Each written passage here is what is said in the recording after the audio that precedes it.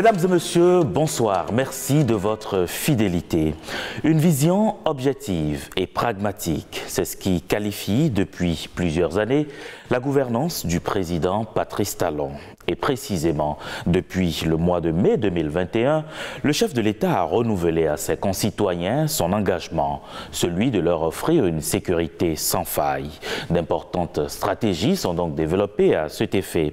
Et pour conduire à l'opérationnel toutes ces actions, depuis le 25 mai 2021, le ministre de l'Intérieur et de la Sécurité publique, M.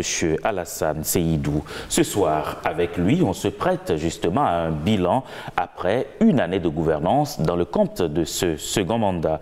Monsieur le ministre, bonsoir. Bonsoir, monsieur le journaliste. Merci d'accepter notre invitation. Et pour conduire cet entretien avec moi sur ce plateau, Alassane Sani, journaliste à Golf TV. Bonsoir, Alassane Sani. Bonsoir à vous, Ricardo Lekekbeko. Monsieur le ministre, bonsoir. Bonsoir, monsieur le ministre. Monsieur le ministre, le gouvernement auquel vous appartenez a opéré de nombreuses réformes dans le secteur sécuritaire. La plus aboutie a été sans doute la fusion de l'ex-police nationale et de la gendarmerie nationale. Pourquoi cette réforme et quels sont ses avantages? Merci beaucoup, messieurs les journalistes.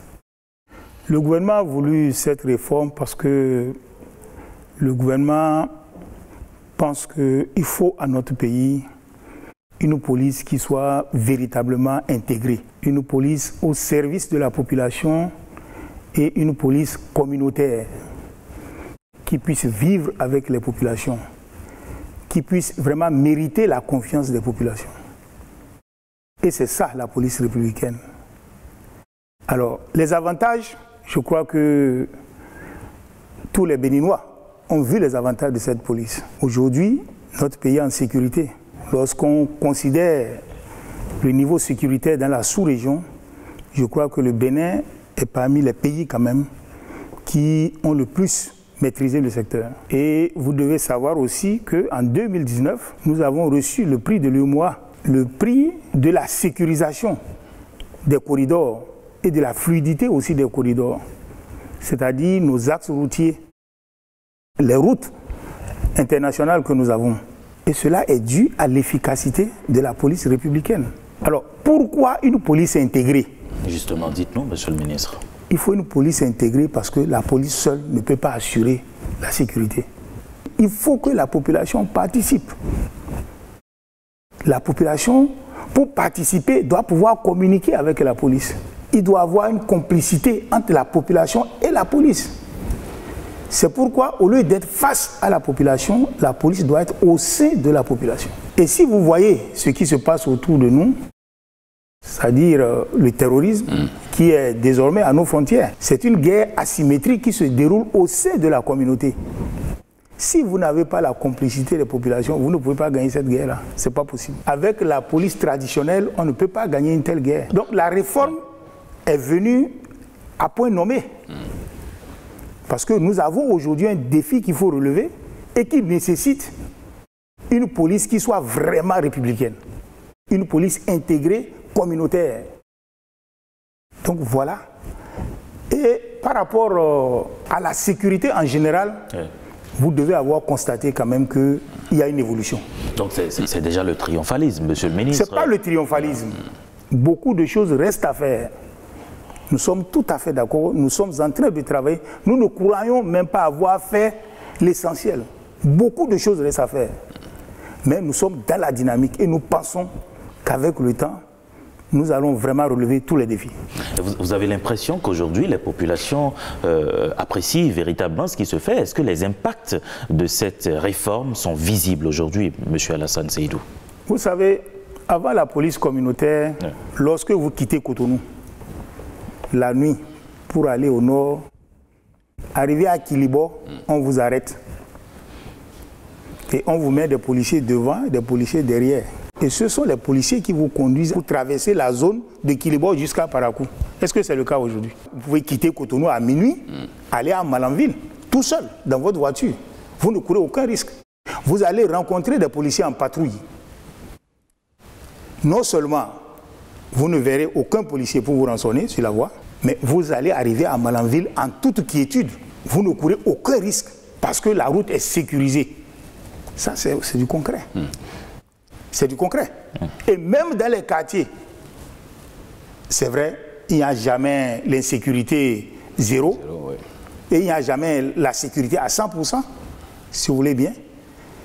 Mais je crois qu'il y a quand même une régression de l'insécurité dans le pays. Oui, cela est certainement facilité par le nombre de commissariats que vous avez créés, puisque vous l'aviez signalé entre-temps. Dites-nous, est-ce que vous pensez que les moyens ont été mis à la disposition de ces commissariats-là qui ont été créés un peu partout sur l'ensemble du territoire national? Parce qu'on entend certaines grognes comme quoi il y a des commissariats aujourd'hui qui ne disposent même pas de moyens de déplacement, monsieur le ministre. Oui. Les moyens sont en train d'être mis en place de façon progressive. Je vous ai dit qu'il y a des problèmes à résoudre. Tous les problèmes ne sont pas résolus. Mais nous sommes dans une dynamique qui est telle que, à moyen ou à long terme, nous allons pouvoir résoudre les problèmes. Les moyens roulants, le gouvernement en a mis à la disposition des commissariats. Que ce soit les moyens à 4 roues ou à 2 roues. En dehors des commissariats, nous avons aussi créé des unités spéciales de sécurisation des frontières. Ces unités-là sont dotées de moyens à 2 roues. Et ces unités sont très actives sur le terrain. Mais compte tenu de l'ambition du gouvernement, c'est sûr que tous les moyens ne peuvent pas être mis en place le premier jour. Cela se fait de manière progressive et nous avons un plan pour cela. Très bien. Puisque nous avons, dans le budget par exemple, 2022, il est prévu des ressources pour l'opérationnalisation de la police républicaine. Nous sommes en train d'opérationnaliser. Donc nous évoluons, nous sommes en train de concrétiser cette police-là. Tout n'est pas encore fait, mais nous sommes dans la dynamique. Et justement, monsieur le ministre, on se souvient que le 2 décembre 2021, vous avez entrepris dans les 12 départements de notre pays une tournée. Vous êtes allé à la rencontre donc des policiers et puis des populations pour revenir sur un concept important. Vous avez parlé notamment de la coproduction de la sécurité. Avant peut-être d'en revenir à ce nouveau concept que vous pilotez, monsieur le ministre, je vous propose, mesdames et messieurs, de regarder donc ce reportage qui retrace cette descente du ministre de l'Intérieur et de la Sécurité publique dans certains départements de notre pays. Regardez. Pour mieux assurer la sécurité des citoyens, le ministère de l'Intérieur et de la Sécurité publique déploie depuis quelques années la politique de coproduction de la sécurité. Ainsi, élus locaux, populations et forces de sécurité doivent désormais travailler main dans la main pour garantir la quiétude des populations. Il y a des choses que je ne maîtrisais pas. Mais aujourd'hui, après cette formation, j'ai eu un plus. C'est-à-dire que je ne savais pas que la sécurité était en même temps pour les élus locaux. Et c'est les élus locaux qui assument plus la sécurité et maintenant va associer la police républicaine. Déjà que nous collaborons avec la police, c'est tout à leur honneur que depuis quelque temps, nos forces de police véritablement sont républicaines comme leur dénomination le dit. Elles travaillent, elles sont présentes dans tous les arrondissements et travaillent à la question de sécurité et les populations elles-mêmes collaborent. La peur du policier n'existe plus aujourd'hui. Le policier avec les citoyens travaillent ensemble. Parce que si le policier n'a pas l'information, ce n'est pas un magicien, il ne peut pas aller savoir là où il faut régler le problème. Donc cette collaboration existe encore. On a reçu des instructions principalement axées sur la coproduction de la sécurité. Depuis un certain temps, l'avènement de la police républicaine, l'aspect de la coproduction de la sécurité est une notion que nous appliquons. Alors, monsieur le ministre nous a invités à être plus pointus. Alors, il y a déjà des dispositions sur le terrain. Nous allons renforcer ces dispositions en nous faisant unis avec la population pour pouvoir opérer un maillage du territoire comme il faut. En tant que maire, premier responsable en matière de sécurité, nous devons travailler en synergie avec les populations, avec les commissariats pour le bien-être de nos populations, pour que davantage nous renforçons notre union entre les populations, les commissariats pour vraiment sécuriser nos populations. Ce que nous allons faire, c'est de sensibiliser nos populations comme quoi, s'ils ont vu des personnes suspectes dans leur localité, d'informer le commissariat, d'informer le chef de village pour que la personne puisse être interpellés. C'est des sensibilisations que nous allons intensifier. Ces sensibilisations, certainement, vont porter les fruits par rapport à la sécurité. Le renforcement de l'alliance entre la police républicaine, les élus locaux et la population est certainement la clé de la victoire contre l'insécurité et le terrorisme. C'est un nouveau concept, monsieur le ministre. Pourquoi la coproduction de la sécurité ou la police communautaire, dites-vous? D'abord, la coproduction de la sécurité. Oui. Si vous prenez par exemple le terrorisme, Oui. Lorsque les terroristes arrivent dans un pays, ils n'amènent pas des troupes. Ils envoient quelques émissaires qui viennent faire des recrutements sur place. Donc ce sont les fils du terroir qui sont recrutés et qui sont utilisés contre leur population. Si vous avez une bonne implication des populations, si vous avez une bonne compréhension de la sécurité par les populations, vous pensez que ça peut être possible? Et vous avez l'impression qu'il y a cette collaboration aujourd'hui entre la population et la police républicaine? Bien sûr. Il y a des résultats. Je Quels vous ai sont ces dit résultats? que nous sommes dans la dynamique et ça prend. Et ça prend. Non, ce n'est pas compliqué. Il suffit que les policiers soient préparés à cela. Il suffit qu'il y ait de la sensibilisation, qu'on explique. Vous avez vu les tournées que nous avons effectuées sur le terrain? Bien sûr. C'est pour rencontrer les leaders d'opinion. C'est pour rencontrer les élus locaux. C'est pour rencontrer les élus communaux, échanger avec eux et les convaincre de ce qu'ils doivent s'impliquer. C'est indispensable qu'ils s'impliquent parce que c'est leur affaire. C'est leur sécurité, c'est de leur sécurité qu'il est question. C'est-à-dire qu'aujourd'hui, monsieur le ministre, par le passé, on voyait que les populations avaient plus peur des policiers. Aujourd'hui, vous les amenez vers ces policiers pour une véritable entente, une véritable communion, c'est cela? Oui, c'est cette peur-là qui ne doit plus exister. Les policiers doivent pouvoir être abordés comme n'importe quel citoyen. C'est pourquoi nous voulons qu'ils soient avec la population, au sein de la population. Cela veut dire que lorsque vous avez une information, vous pouvez aller voir un policier et lui parler directement. Vous pouvez lui téléphoner. Vous pouvez lui dire tout ce que vous avez vu. Et ils doivent tisser des liens avec la population. C'est ça qui va leur permettre d'être efficaces. Oui, monsieur le ministre, oui. C'est une mesure louable, mais déjà pour un bilan d'étape, est-ce que vous avez l'impression que cette mesure a déjà porté ses fruits? C'est vrai que vous dites que c'est un processus, mais à la date d'aujourd'hui, est-ce qu'on peut quantifier quand même un résultat par rapport à cette mesure-là? Si nous prenons par exemple le cas des terroristes qui depuis quelques mois sont à nos frontières, vous le savez très bien, sûr. Frontières nord-ouest et nord-est. Depuis plus de 6 mois, ils font des incursions, mais ils n'ont pas encore réussi à s'installer. Ils font des incursions et à chaque fois, ils rencontrent une réaction farouche de nos forces, ils replient. Mais pourquoi ils ne sont pas encore installés? C'est parce que nos services de renseignement fonctionnent. D'accord. Et nos services de renseignement fonctionnent avec les populations aussi. C'est parce que les populations participent. Nous avons des informations. Nous avons réussi déjà à mettre la main sur des dizaines. Et ils n'ont pas pu s'installer dans le pays. Ils sont toujours à l'extérieur, ils font des incursions. En fait, ils sont en train de tester notre vulnérabilité. Leur intention n'est pas de rester à l'extérieur et de faire des incursions.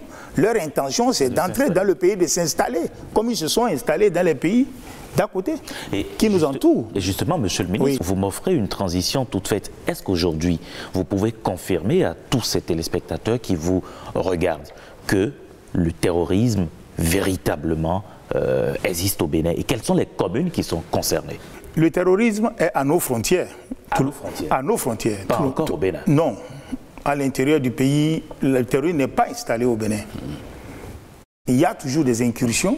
Vous savez que le terrorisme est bien installé au Burkina. Bien sûr. Ce n'est un secret pour personne. Et toutes les communes qui ont de frontières avec le Burkina, eh bien, sont concernées. Il s'agit donc des communes qui sont au nord-ouest.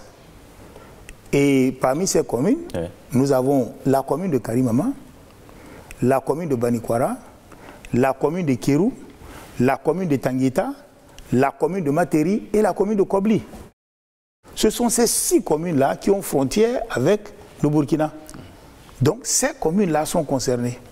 Et lorsque nous venons au nord-est, vous avez la commune de Malanville, la commune de Segbana, la commune de Kalale, la commune de Niki, un peu à Perere, Et quand vous remontez dans les collines, vous avez la commune de Savin, la commune de Ouessé, et plus au sud, dans le plateau, on a la commune de Kétou. Voilà les communes qui aujourd'hui ont des frontières avec des pays où il y a le terrorisme. Donc la menace est au niveau des frontières de ces communes-là. Et l'objectif du gouvernement, c'est de constituer un rempart pour protéger notre pays. C'est-à-dire nos forces de défense et de sécurité doivent être à ces frontières-là pour empêcher que le terrorisme puisse entrer dans notre pays et s'installer. C'est ça l'objectif du gouvernement. Et c'est ça qui est en train d'être fait. Et c'est ça qui les oblige à faire des incursions, à replier aussitôt. C'est parce qu'il y a une riposte. S'il n'y avait pas de réaction, ils se seraient installés. Oui, monsieur, vous parlez de riposte, vous comptez sur la capacité de renseignement, en tout cas pour le moment, du Bénin. Est-ce que vous ne pensez pas que c'est peut-être parce que les terroristes n'ont pas peut-être d'intérêt ici au Bénin? Oui, mais ils ont des intérêts. Ils ont des intérêts, ils ont des ambitions territoriales. Ils veulent créer un couloir du Sahel jusqu'à la côte. Parce qu'ils veulent développer des trafics de toutes sortes. Des trafics de drogue, de faux médicaments, de produits de toutes sortes. Donc ils ont des intérêts. Ce n'est pas qu'ils n'ont pas d'intérêt chez nous. Donc les causes se connaissent. Ce qu'il faut comprendre aussi, c'est que dans cette bataille contre le terrorisme, aucun pays n'est seul. Nous sommes dans un creuset, puisque nous avons compris que le mal vient du Sahel et avance progressivement. Il y a quelques années, bon, on voyait le terrorisme très loin. On dit, bon, c'est au Mali, pour nous, ça ne nous concerne pas. Progressivement, c'est arrivé au Burkina, c'est allé au Niger, et c'est à nos frontières. Et nous ne sommes pas le seul pays concerné. La Côte d'Ivoire est concernée, le Ghana, le Togo et le Bénin. Donc, tous les pays côtiers qui ont des frontières avec le Burkina sont concernés. C'est pourquoi nous nous retrouvons dans un creuset qu'on appelle l'initiative d'Accra, qui existe depuis 2017, et au sein de ce creuset-là, nous mettons en synergie nos forces pour lutter contre le terrorisme. Il y a 2 semaines, nous avons tenu ici une conférence ministérielle qui a regroupé les ministres de tous ces pays-là. Plus, dans l'initiative d'Accra, il n'y a pas que les 4 pays côtiers. Il y a aussi le Burkina, et le Mali et le Niger. Mais aujourd'hui, le Mali est sous sanction, il n'a pas pu participer, mais le Burkina était à la réunion. Parce qu'on ne peut pas être efficace sans le Burkina. L'objectif aujourd'hui du gouvernement, c'est non seulement de renforcer le rempart que nous créons au niveau de nos frontières, mais c'est de pouvoir agir aussi un peu à l'intérieur du Burkina, sur au moins quelques kilomètres, pour nous donner une bande de sécurité. Parce que si vous avez les terroristes juste à votre frontière, vous n'êtes pas en sécurité. À tout moment, ils peuvent vous surprendre. Mais il faut une bande de sécurité, et pour que cette bande-là puisse réaliser, il faut nécessairement la collaboration du Burkina. Et c'est en cela d'ailleurs qu'on est heureux de la participation du Burkina. Le Burkina était à la dernière réunion à Cotonou. Alors, il est un constat, hein, monsieur le ministre, que vous l'avez rappelé, le terrorisme est à nos portes. Mais de façon concrète, qu'est-ce que, dans l'immédiat, le gouvernement fait pour pouvoir faire face justement à cette menace, dans l'immédiat, monsieur le ministre? Oui, mais la guerre est là. On ne peut pas se mettre à parler de prévention. Il faut des solutions, des mesures curatives. Bien sûr. C'est ça le rempart que nous constituons. Chaque fois qu'ils attaquent, la réaction est automatique. Ça veut dire que le gouvernement a déjà mis en place un dispositif qui permet de protéger le pays et de les combattre. Mais on ne peut pas aller au-delà parce que pour aller au-delà, il faut que ce soit une action conjointe. Donc, nous avons créé un rempart au niveau de nos frontières pour protéger notre pays. Vous parlez de l'action conjointe, mais on a vu déjà des actions dans d'autres pays où il y a même l'intervention des forces étrangères. On a vu la création de G5 Sahel. Tout ça là, visiblement, n'a pas pu émousser l'ardeur de ces terroristes-là. Est-ce que vous pensez aujourd'hui, avec cette organisation que vous voulez mettre en place, en tout cas pour le moment, vous pensez que vous pouvez quand même faire face à ces terroristes-là, ou bien il y a des d'autres mécanismes sur lesquels il faut quand même réfléchir pour pouvoir véritablement faire face à ce phénomène? En fait, est-ce que l'armée est la seule réponse au terrorisme? Oui, d'abord, je vais répondre à la première question. Vous savez, nous avons anticipé. Nous avons anticipé en comprenant que ce n'est pas une bataille qu'un seul pays peut mener. C'est pour cela que nous avons décidé de nous mettre ensemble. Si nous mettons ensemble, ça veut dire que si le Togo est attaqué, le Bénin doit se sentir concerné. Si le Ghana est attaqué, le Bénin doit se sentir concerné. Si le Bénin est attaqué, les autres aussi doivent se sentir concernés. Nous pouvons nous apporter des appuis au plan logistique, mais les autres pays n'ont pas eu le temps de faire cette organisation-là. Ils ont été pris isolément. Mais nous, au moins, nous voyons le mal venir. Et nous nous organisons. Nous mettons en synergie nos forces pour faire face à ce mal-là. Vous voyez? Donc, nous avons la ferme conviction que si nous poursuivons la bataille, si nous restons dans cette dynamique-là, nous allons pouvoir résister. Sinon que nous allons vaincre le terrorisme. De toutes les façons, on n'a pas le choix. On doit vaincre, il n'y a rien à faire. Nous devons tous nous mettre ensemble et nous battre pour vaincre le terrorisme. Et c'est possible. C'est possible, dites-vous. On a vu certains de nos soldats au front qui malheureusement ont perdu la vie dans le nord du pays. Vous avez rappelé les communes concernées. Est-ce que, je vous le demandais à l'instant, est-ce que l'armée est la seule réponse, monsieur le ministre? Non, l'armée n'est pas la seule réponse. Vous savez, je vous ai dit que lorsque les terroristes veulent arriver dans un pays, ils n'amènent pas des troupes. Ils envoient des émissaires qui étudient le terrain et qui font des recrutements. Et ce sont des fils du terroir qui sont recrutés et qui sont utilisés contre la population. Alors, qui sont ceux-là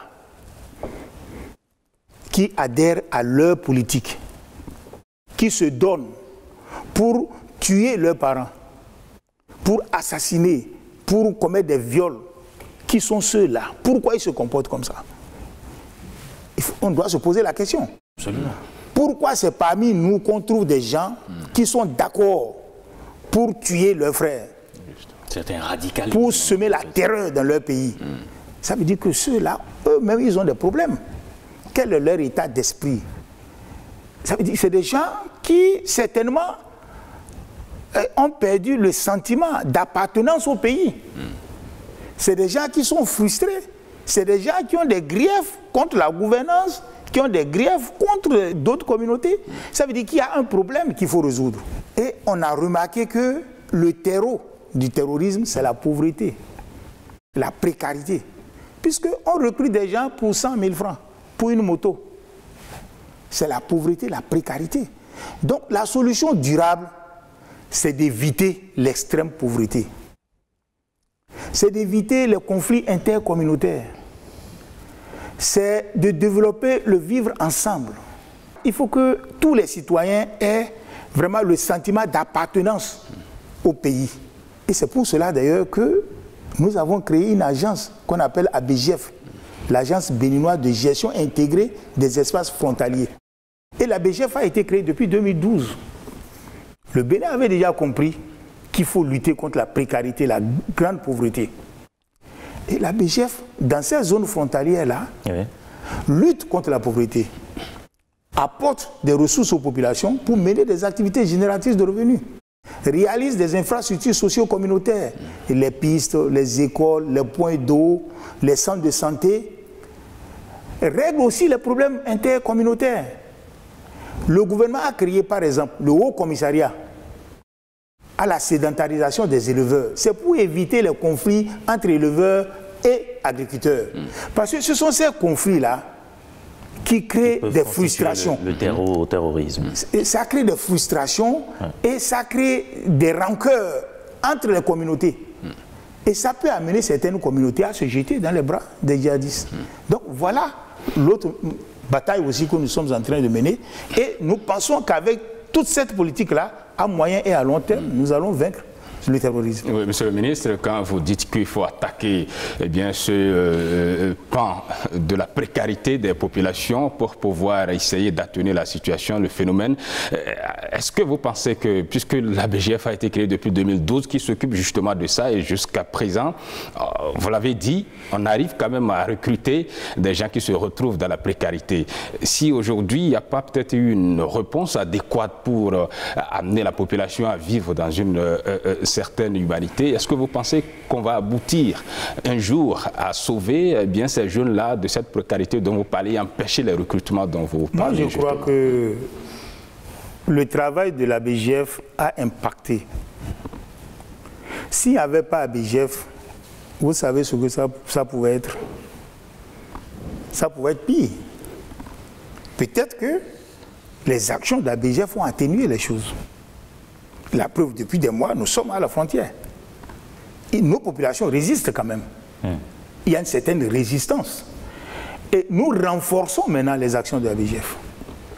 Ça existait, mais avec l'avènement du terrorisme, ces actions-là sont renforcées. Et nous avons aujourd'hui le soutien des partenaires. Nous avons l'Union européenne qui nous appuie à travers un projet. Nous avons aussi la Banque mondiale qui nous appuie. Donc ces actions-là aujourd'hui sont renforcées. Elles existaient déjà, mais elles sont renforcées parce que nous avons compris qu'elles sont vraiment pertinentes. Et c'est peut-être à cause de ces actions-là que l'avancée ne se fait pas de manière foudroyante. Comment entrevoyez-vous la suite, puisque c'est la peur au sein des populations, dans les communes que vous avez citées? Nous rassurons les populations parce que le gouvernement fait son devoir. Et le gouvernement aujourd'hui est en train de mobiliser tout ce qu'il faut pour que nos forces de défense et de sécurité soient vraiment à la hauteur.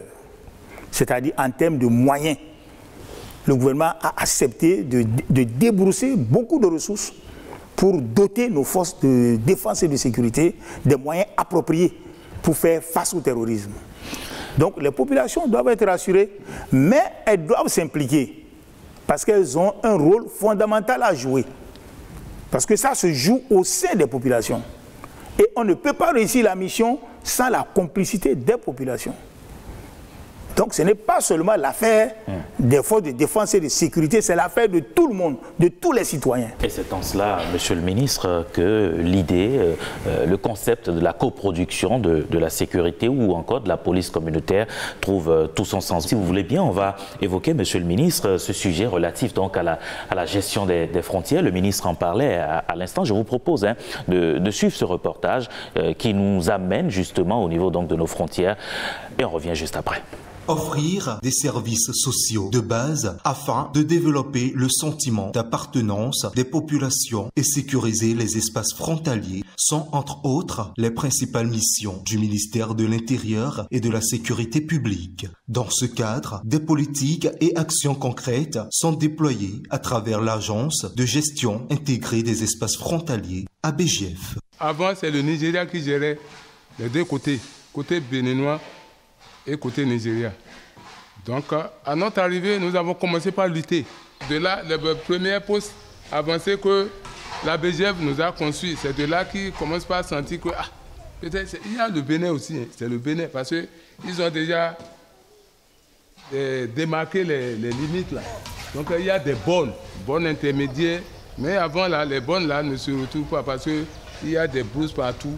Mais à l'arrivée de la BGF, ils ont nettoyé toute la partie où se trouvent les bonnes là. C'était un endroit où le Nigeria avait construit l'école primaire. Mais quand il y a délimitation entre le Bénin et le Nigeria, c'est revenu au Bénin. Et pour ne pas perdre le domaine, comme ça on a couru auprès de la mairie de Kétou et ils nous ont accordé à faire un centre de santé ici. Donc ce centre de santé nous permet d'avoir facilement les actes de naissance des enfants, des Béninois qui accouchent au Bénin. Auparavant, il allait au Nigeria. Quand on est allé apprendre ça, quand on est arrivé, on a resté à côté pour travailler. Bon, quand notre chef est venu, il est venu nous regarder. Il a dit qu'il va nous construire un magasin. Après, il est venu construire le magasin et on a commencé par travailler. Les unités spéciales de sécurisation des espaces frontaliers de la police républicaine bénéficient elles aussi de l'appui conséquent du ministère de l'Intérieur et de la Sécurité publique. Des moyens roulants et de fonctionnement sont mis à leur disposition pour renforcer leur capacité d'intervention. L'État a décidé de renforcer la sécurité au niveau des frontières. C'est dans cette optique quand même que la base fluviale de Kalimama a été créée. Comme mission, nous avons d'abord la mission d'assurer l'intégrité de l'espace maritime. Et quand on parle de l'espace maritime, étant donné que nous sommes sur un fleuve, donc c'est l'espace fluvial que cette base assure l'intégrité de cet espace. Aussi, nous avons pour mission aussi d'assurer la protection et la défense des sites sensibles, des points sensibles. Nous participons aussi à la lutte contre le terrorisme et aussi les actes de brigandage. Malgré le succès des interventions sur le terrain, le défi est encore immense car les populations des zones frontalières espèrent encore plus de l'État béninois. Monsieur le ministre, vous avez suivi donc ce reportage qui traduit quelque peu la situation que vivent véritablement nos concitoyens à nos frontières. Oui. Le défi, il est énorme. Et qu'est-ce que vous faites justement dans cette Oui, cycle? Monsieur le journaliste, vous savez, les espaces frontaliers sont des espaces particuliers. Absolument. C'est des espaces qui sont souvent convoités par deux pays.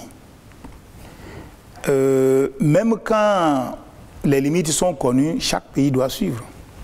Lorsque vous ne suivez pas, il arrive même que les gens déplacent les bornes. Les bornes sont bien placées, mais il y a des pays qui décident de déplacer les bornes pour gagner un peu en territoire. Donc, c'est nécessaire de suivre. C'est pour cela que nous avons une structure qui s'en occupe, et c'est toujours la BGF. L'Agence béninoise de gestion intégrée des espaces frontaliers. La BGF fait bien le travail. Parce que la BGF est tenue par des gens qui ont de l'expérience en la matière et qui s'y connaissent véritablement. Vous savez, avec le Niger, on avait des problèmes, si vous vous souvenez bien. Absolument.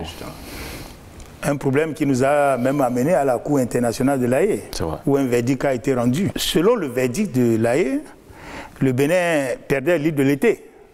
Oui. Puisque c'est une île qui est devenue symbolique. Absolument. Tout le monde, le Bénin était allé par rapport à l'île de l'été. Mais nous avons gagné d'autres îles. Alors, les îles que nous avons gagnées, il faut les matérialiser. Il faut matérialiser les limites. C'est comme si vous avez une parcelle. Si vous ne clôturez pas, vous ne suivez pas, c'est possible que les autres grignotent. Et qu'après, vous trouviez une parcelle toute petite. Parce que vous n'avez pas suivi. C'est ça aussi le territoire. Il faut suivre. Donc avec le Niger, on n'a plus de problème. On est maintenant à la matérialisation de ce qui a été dit à la Cour. Il faut matérialiser ça sur le terrain. Ça se passe très bien. Il y a toujours des commissions paritaires. Les deux pays se retrouvent, échangent, et puis on finit toujours par trouver un consensus. Bon, par rapport au Burkina Faso, vous savez que là, il y a un contentieux. Nous avons tout un territoire, le territoire de Kourou-Koualou, qui est discuté par les deux pays et qui aujourd'hui est un no man's land, qui est un refuge des terroristes. Et justement, qu'est-ce qui est fait par rapport à ça? Alors, ce territoire-là est un véritable problème aujourd'hui, puisque nous sommes conscients que les terroristes sont là. On avait des actions conjointes avec le Burkina pour sécuriser la zone. Mais depuis que le Burkina a des difficultés, et le Burkina a plus de difficultés au nord qu'à l'est, donc les Burkinabés sont plus préoccupés par les problèmes du nord. Cette zone a été pratiquement abandonnée. Mais comme ce n'est pas reconnu comme territoire béninois, nous ne pouvons pas y aller sans le consentement des Burkinabés. Et c'est ça le problème aujourd'hui. Vous avez entamé des échanges. C'est pour cela que dans le cadre de l'initiative d'Accra, nous voulons agir ensemble. Si nous travaillons ensemble avec le Burkina, agir dans cette zone ne posera aucun problème. Mais seul, ça peut poser des problèmes. Donc, voilà par exemple des territoires qui doivent nous amener à échanger. Alors, sinon, le dossier est pendant à la Cour. Le dossier est actuellement pendant à la Cour internationale de l'Haye. Nous pensons qu'un jour, le verdict va tomber. Oui. Pour qu'on sache qui a droit à ce territoire-là. Pour ce qui est de la sécurité, monsieur le ministre, aujourd'hui, qu'est-ce qu'on peut retenir en termes de bilan dans ce secteur d'équipement? Je vous rassure que le gouvernement a pris conscience de la gravité de la situation et est en train de mettre les moyens appropriés à la disposition de nos forces de défense et de sécurité. Et avec ces moyens-là, nous sommes sûrs de vaincre le terrorisme. Les moyens, oui, mais l'effectif? Oui, les moyens et les hommes. Par rapport aux hommes, oui. Vous savez, d'abord, la police communautaire elle-même nécessite beaucoup d'agents, de par sa nature. Évidemment. Puisqu'on veut que la police soit partout. Que la police soit dans les quartiers, dans les villages, sur les axes routiers, partout sur toutes les populations, la police doit être là. Ça nécessite de l'effectif. Oui. Donc le gouvernement s'est engagé dans un processus de recrutement. Il est prévu de recruter 2000 policiers par an pendant 4 ans à partir de cette année. Oui. Et nous avons déjà enclenché la procédure de recrutement de cette année. Nous allons recruter 2000 policiers qui seront formés l'année prochaine et au cours des 4 années à venir. Oui, monsieur le ministre Véloz, au recrutement, on a constaté, en tout cas visiblement, on a l'impression que les jeunes ne s'intéressent plus à ces genres de recrutement, le recrutement au sein de la police républicaine. On a eu des rumeurs comme quoi ils ne se sont pas manifestés pour le recrutement dont vous parliez. Il y en a qui démissionnent encore au sein de la police. En tout cas, on apprend des démissions. Est-ce que c'est cela et pourquoi cet état de choses? Non, par rapport au recrutement, ça, je ne suis pas d'accord. Je ne suis pas d'accord avec vous. En tout cas, non, il y a de l'engouement. Il y a de l'engouement. Vous confirmez, monsieur le ministre? Bien sûr, je confirme. Parce que on n'a pas pu prendre tous ceux qui se sont manifestés. Ceux qui se sont manifestés font 2 fois l'effectif dont nous avons besoin. Donc on ne peut pas dire qu'il y a de la réticence, non. Donc les rumeurs qui avaient circulé comme quoi on a relancé le recrutement, c'était pas vrai? C'est pas vrai. Il y a eu de l'engouement par rapport au recrutement. On n'a pas pu prendre. Tout le monde. On a été obligé de sélectionner, on n'a pas pu. Donc par rapport à ça, c'est pas vrai. Mais qu'en est-il alors de la démission au sein de la police? Alors la démission au sein de la police républicaine, ça c'est une réalité. C'est pas au sein de la police seul que les gens démissionnent. Hein. Les gens démissionnent partout. Mais au sein de la police, il y a des raisons à cela. Vous savez, aujourd'hui, pour être recruté à la police, il faut avoir le bac. Et parmi les recrues, il y en a qui ont le master. Parfois même dans des spécialités très pointues, très recherchées. Or, lorsqu'ils intègrent la police, ils se rendent compte que quelqu'un, par exemple, qui a la licence ou plus, qui intègre la police, il a l'ambition d'appartenir au groupe des officiers. Il veut évoluer dans le corps. Il a l'ambition. C'est une ambition tout à fait légitime. Légitime. Légitime. Évidemment. Puisqu'il sait que ceux qui sont les commissaires, ceux qui sont les contrôleurs généraux, c'est des gens qui ont le même profil que lui. Donc il ambitionne aussi d'arriver à ce niveau-là. Mais s'il constate qu'il ne peut pas arriver dans la classe des officiers en moins de 10 ans ou même plus, s'il trouve une opportunité ailleurs. Vous savez, quand les gens sont qualifiés, ils ont plus d'opportunités. Quand s'ils trouvent une opportunité ailleurs, ils démissionnent. Ce n'est pas des démissions, c'est des désertions. Il s'en va. Et on constate qu'il est parti. Ça arrive. Il y en a qui partent parce qu'ils ont trouvé mieux. La seconde raison, c'est que il y a des gens qui viennent à la police parce qu'ils pensent qu'à la police, on peut vite s'enrichir. Comme cela se faisait par le passé. Vous parlez des rançonnements. Des rançonnements qui étaient la règle. Tout le monde le sait. C'était devenu la norme dans le pays. Mais aujourd'hui, ce n'est pas possible. Je ne peux pas dire que c'est au niveau zéro, mais de toutes les façons, aujourd'hui, c'est très compliqué de le faire. Ils sont bien rémunérés comme tous les fonctionnaires. Mais pourtant, c'est le contraire, on entend au sein de la police. Non, ce n'est pas vrai. Il n'y a plus de renseignements, vous l'avez dit, mais les salaires aussi ne leur permettent certainement pas. On n'a pas diminué les salaires à la police. Mais puisqu'il y avait des renseignements qui leur permettaient de... Vous pensez qu'on peut compter sur le renseignement? Non, c'était d'ailleurs une bonne chose. Ils sont payés comme les autres agents de la fonction publique, qui n'ont pas de possibilité de rançonner. Donc il n'y a pas de raison à ça. On n'a pas diminué les salaires à la police. Et les policiers évoluent. Est-ce qu'il n'y a pas peut-être des primes qui ont été aussi... Non, il n'y a pas de problème de primes. Le vrai problème, c'est le rançonnement. Très bien. Alors, la troisième raison, c'est qu'aujourd'hui, à la police, il y a du boulot. Il y en a qui pensent que c'est calme, mais il n'est plus calme parce que la police républicaine est basée sur la mobilité. Vous devez bouger. Vous devez aller partout, sur les routes, dans les quartiers, dans les villages. Donc, il y a beaucoup de contraintes. Ce sont les 3 raisons fondamentales qui amènent certains à abandonner. C'est les contraintes liées à la profession, c'est l'arrêt du rançonnement et c'est aussi les opportunités que les plus qualifiés trouvent. Et puis on ne peut pas refuser ça. Quand quelqu'un trouve mieux, bon, on ne peut pas lui refuser de partir. Alors, Monsieur le ministre, sur des aspects plus précis, oui. On a évoqué largement tout à l'heure cette belle réforme de la police républicaine, donc la fusion entre l'ex-gendarmerie nationale et l'ex-police nationale. Mais selon nos informations, au sein justement de cette police républicaine, puisqu'il y a des anciens gendarmes, il y a certains qui se sentent lésés justement à cause de la répartition inégale, ont-ils dit, des grades. Vous avez même créé des grades intermédiaires, vous avez parlé de grades de major, de brigadier major. Pourquoi cette réglementation qui frise une certaine inégalité selon ces anciens gendarmes? C'est qu'un peu avant la réforme, les ex-policiers ont pu bénéficier de certaines formations qui leur ont permis, à l'avènement de la réforme, d'avancer en grade et souvent de devenir des commissaires, donc entrer dans la catégorie des officiers. Ce que les gendarmes n'ont pas eu. Ça a créé une certaine frustration, mais cela est en train d'être corrigé. Actuellement, il y a des brigadiers et des brigadiers chefs de police qui ont été chefs de brigade ou chefs de brigade adjoints qui sont en formation. Et à la fin de la formation, on va leur faire un test. Ceux qui vont réussir pourront aussi avancer comme les ex-policiers. Donc je crois que c'est une situation qui est en train d'être corrigée progressivement. Donc il faut harmoniser les galons. L'harmonisation ne pose pas problème.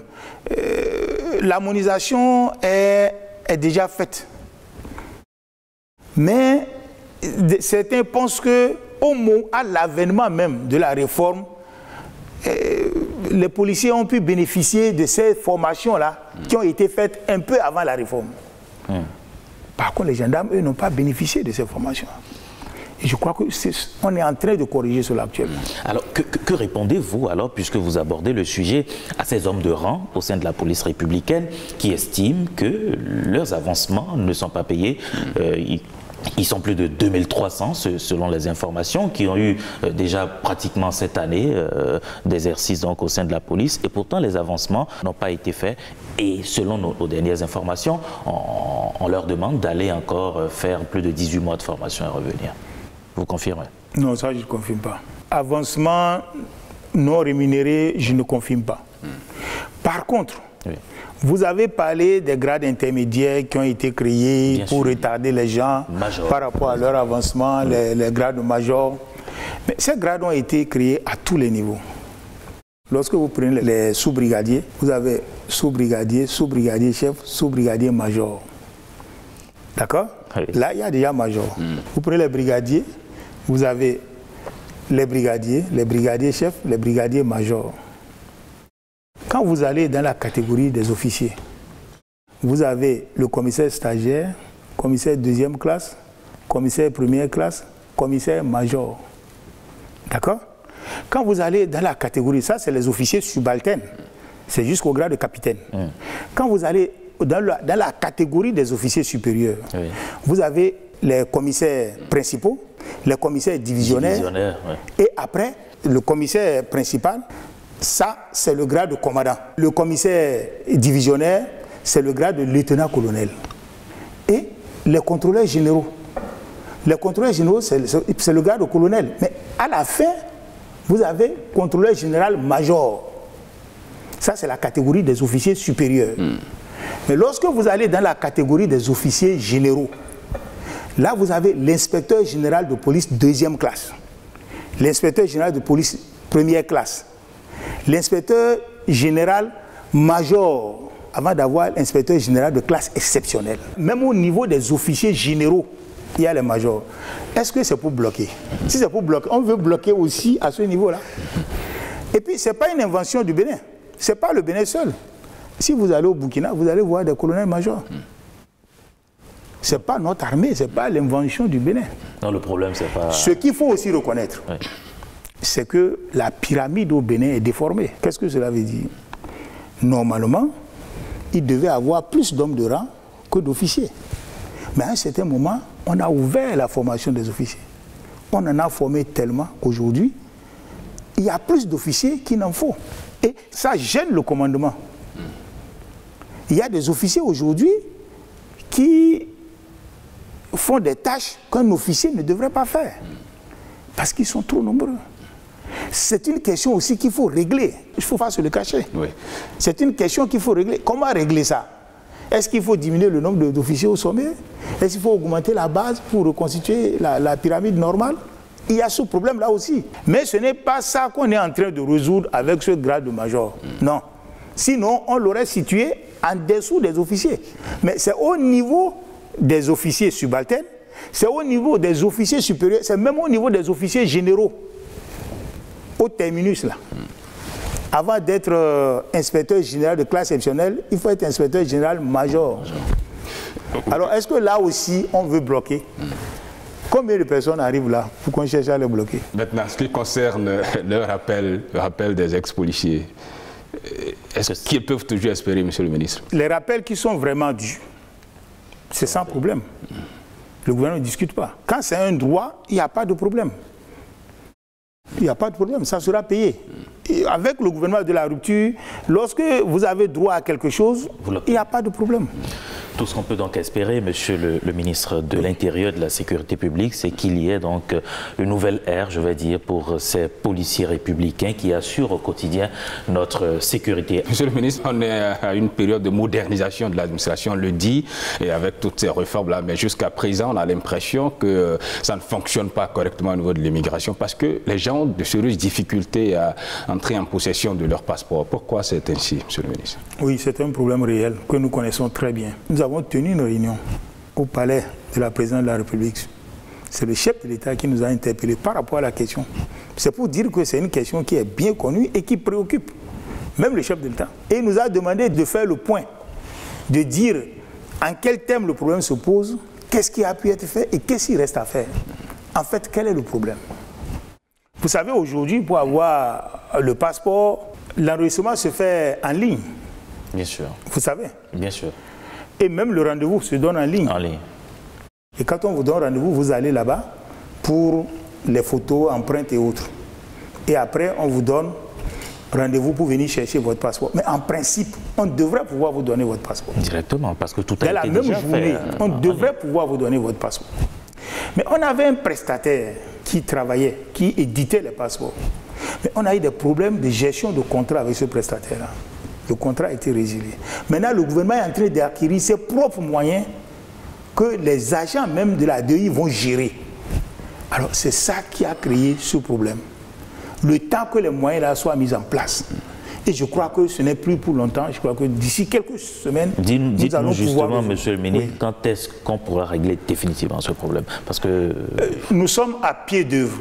Et le gouvernement est bien conscient de la question. Et nous sommes à pied d'œuvre. Je vous rassure que d'ici quelques semaines, nous allons résoudre le problème. D'accord. Venons-en alors, monsieur le ministre, à cette question ayant trait donc aux partis politiques et notamment l'attribution des récépissés. C'est vrai qu'aujourd'hui, on a, selon mes informations, 17 partis politiques qui sont enregistrés au Bénin. Mais pourquoi certains responsables de partis politiques ont l'impression que c'est la croix et la bannière au ministère de l'Intérieur pour obtenir un récépissé? Je ne sais pas si c'est les chefs de parti qui vous ont parlé ou si c'est les gens de la rue. Moi, je crois que le gouvernement a un délai. Le ministère a un délai pour réagir lorsque un parti dépose son dossier. Nous avons 2 mois. Pendant les 2 mois, nous devons pouvoir soit donner le récépissé ou alors faire des observations. Dire ce qui ne va pas pour que le parti puisse corriger et accéder au récépissé. Alors, qu'est-ce qui se passe? Vous savez, la nouvelle loi est très contraignante. Aujourd'hui, pour créer un parti politique, il faut avoir 15 membres fondateurs par commune. Et chaque membre fondateur doit constituer son dossier. Et le dossier comprend l'acte de naissance, le casier judiciaire, le certificat de nationalité et l'attestation de résidence. Ça fait 4 pièces pour chaque militant fondateur. Et les militants, vous devez en avoir au moins 15 par commune. Si vous en avez plus, c'est tant mieux. Au moins 15 par commune. C'est là toute la contrainte. Et lorsque vous déposez ces dossiers, on ne vous donne pas automatiquement le récépissé, on vérifie si vraiment ces militants-là sont de cette commune-là.